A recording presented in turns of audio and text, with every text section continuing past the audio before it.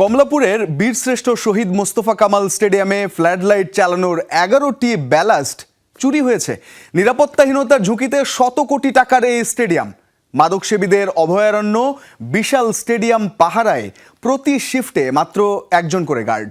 নানা অব্যবস্থাপনা থাকার পরও স্টেডিয়াম প্রশাসক ও জাতীয় ক্রীড়া পরিষদ দ্রুত সমাধান দেখছেন না।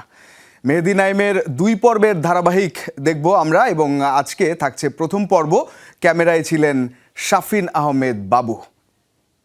দেখতে ছোটোখাটো এই যন্ত্রটির নাম ব্যালাস্ট, যেটি ছাড়া স্টেডিয়ামের ফ্লাডলাইট জ্বালানো সম্ভব না।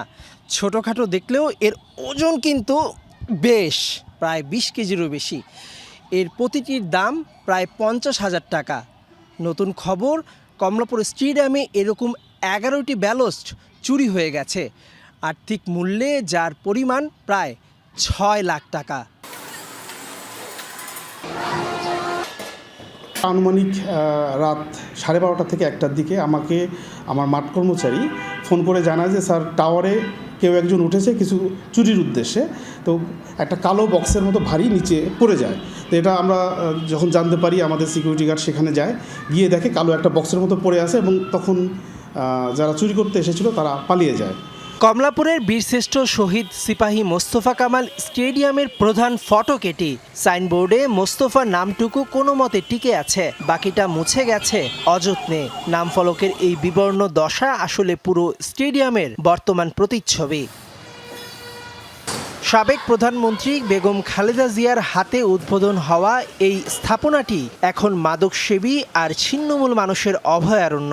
মাঠের প্রতিটি কোণ যেন অব্যবস্থাপনার সাক্ষী দিচ্ছে। দেখলে মনে হবে আধুনিক কোনো ক্রীড়া স্থাপনা নয়, বরং একটি জরাজীর্ণ কঙ্কাল দাঁড়িয়ে আছে রাজধানীর বুকে। শুধু ফ্লাডলাইটের ব্যালাস্ট চুরি নয়, অন্যান্য দামি যন্ত্রপাতিও অনিরাপদ এবং অরক্ষিত।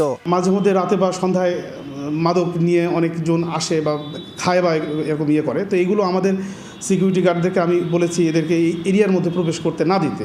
তো তারা যখন এগুলো তাদেরকে সরাতে যায়, তাদেরকে দেশীয় অস্ত্র যেমন ছুরি, চাপাতি এগুলো প্রদর্শন করে এবং তাদেরকে ভয়ভীতি দেখায়, মেরে ফেলার হুমকি দেখায়। ভয়ে তারা তাদের কাছে যেতে পারে না। বিশাল এই স্টেডিয়াম পাহারায় প্রতি শিফটে কাজ করেন মাত্র একজন গার্ড। একজোড়া চোখে এত বড় স্থাপনা সামলানো কার্যত অসম্ভব। আর এই সুযোগেই চুরির ঘটনা ঘটে। এমনকি মালামাল খোয়া যাওয়ার বেশ কদিন পর টনক নড়ে কর্তৃপক্ষের। এই অফিসে আসার পরে আমার একজন অফিস সহায়ক এই অফিসে নেই, একজন ইলেকট্রিশিয়ান যে আছে সেও ইলেকট্রিক কাজ বোঝে বলে আমার মনে হয় না। এরপরে সিকিউরিটি গার্ড নেই। সব কিছু মিলে এই এত বড় একটা ভেন্যুতে 7 জন মাত্র, আমি সহ স্টাফ দিয়ে এটা পরিচালনা করা খুবই কঠিন। আর সিকিউরিটি গার্ড তো মাত্র এক শিফটে একজন হয়। সব কিছু মিলে জনবলটা বৃদ্ধি করলে আমার মনে হয় সমস্যাটা অনেকটা এড়ানো যাবে। এই চুরির পেছনে কারো গাফিলতি আছে কিনা তা খতিয়ে দেখতে তদন্ত শুরু করেছে জাতীয় ক্রীড়া পরিষদ। এরই মধ্যে দেয়া হয়েছে কারণ দর্শানোর চিঠি। লাইট চুরি হয়ে যাওয়ার মতো যে দুঃখজনক ঘটনাটি ঘটেছে, এটা অবশ্যই আমাদের নিরাপত্তার দুর্বলতাকেই নির্দেশ করে। তো 11টা ফ্লাড লাইট মিসিং হয়েছে ওখানে। তো এটা খতিয়ে দেখা হচ্ছে এবং পুলিশ প্রশাসনকেও জানানো হয়েছে, এটা জিডিও করা হয়েছে এবং আমাদের পক্ষ থেকেও এটা ইনকোয়ারি করে ব্যবস্থা নেওয়া হবে। অনিয়মের রাজত্ব কেবল নিচতলায় নয়, স্টেডিয়ামের ছাদেও অবৈধভাবে ঘর বানিয়ে থাকছে অন্তত 20টি পরিবার। আর কোটি টাকা ব্যয়ে কয়েক মাস আগে বসানো সবুজ টার্ফের আয়ু কেন দ্রুত ফুরিয়ে আসছে তা থাকছে এই প্রতিবেদনের দ্বিতীয় ও শেষ পর্বে। মেহেদী নাইম, যমুনা স্পোর্টস, ঢাকা।